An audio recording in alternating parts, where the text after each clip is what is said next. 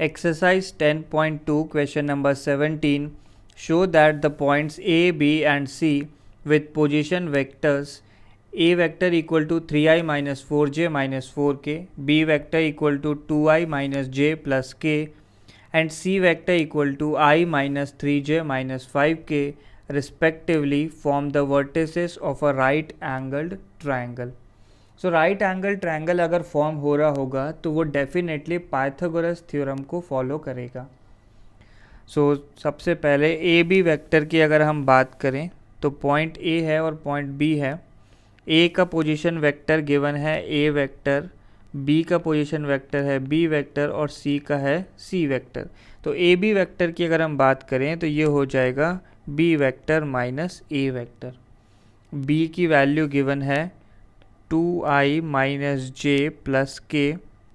इसमें से हमें ए वेक्टर सब्ट्रैक्ट करना है, that is 3i minus 4j minus 4k.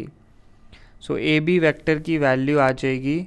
So 2 minus 3 हो जाएगा माइनस 1, तो माइनस आई, माइनस 1 प्लस 4 हो जाएगा, माइनस ऑफ माइनस 4 तो प्लस 4, जे कैप तो ये आ गया 3j कैप और के लिए आ जाएगा 1 माइनस ऑफ माइनस 4 तो प्लस 4 तो ये हो गया 5k कैप.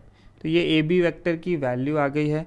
इसका मैग्नीट्यूड भी निकाल लेते हैं साथ में. तो मैग्नीट्यूड आ जाएगा रूट ऑफ आई का कोफिशिएंट माइनस 1 है तो माइनस 1 स्क्वायर प्लस जे के लिए 3 स्क्वायर और के लिए 5 स्क्वायर. तो ये हो गया root of 5 square is 25 plus 9 किया तो 34 प्लस 1 इज़ 35. तो ए बी का मैग्नीट्यूड आ गया रूट 35.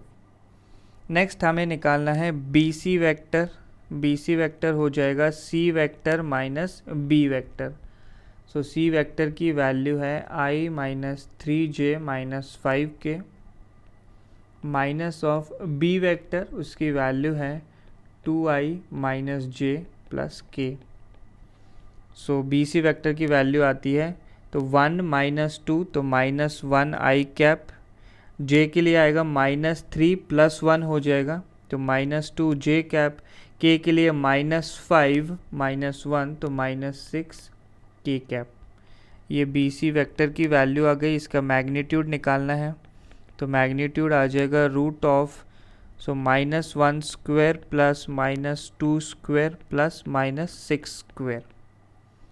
ये वैल्यू बनेगी 36 प्लस 4 इज़ 40 प्लस 1 41. सो ये हो गया रूट ऑफ 41.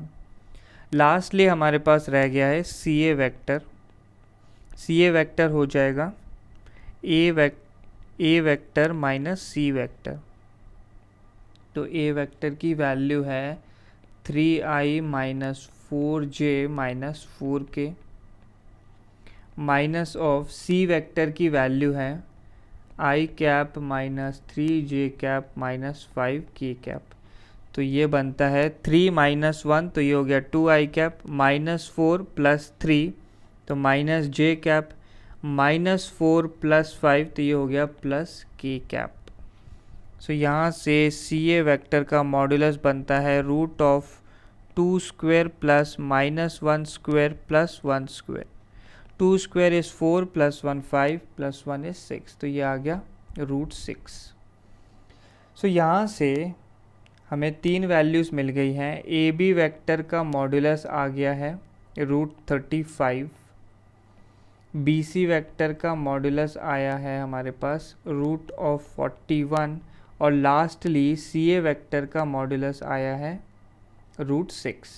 तो यहाँ से अगर हम देखें तो हम लिख सकते हैं ए बी वेक्टर के मॉड्यूलस का square plus c a vector या ए सी वेक्टर के मॉड्यूलस का square is equal to b c vector के मॉड्यूलस का स्क्वायर. क्योंकि ये ए बी स्क्वायर हो जाएगा 35 प्लस सी ए का हो जाएगा स्क्वायर हो जाएगा 6 तो ये इक्वल टू 41 है. तो ये पाइथागोरस थ्योरम को फॉलो कर रहा है. और वेक्टर फॉर्म में हम इसे लिखना चाहें तो ये बन जाएगा ए बी वेक्टर. इसे हम लिख पाएंगे ए बी वेक्टर का स्क्वायर प्लस इसे ए सी वैक्टर लिख दें या सी ए वैक्टर का square is equal to b c vector का स्क्वायर। तो पाइथागोरस थ्योरम फॉलो कर रहा है ये, hence triangle a b c is a right angled triangle, is a right angled triangle.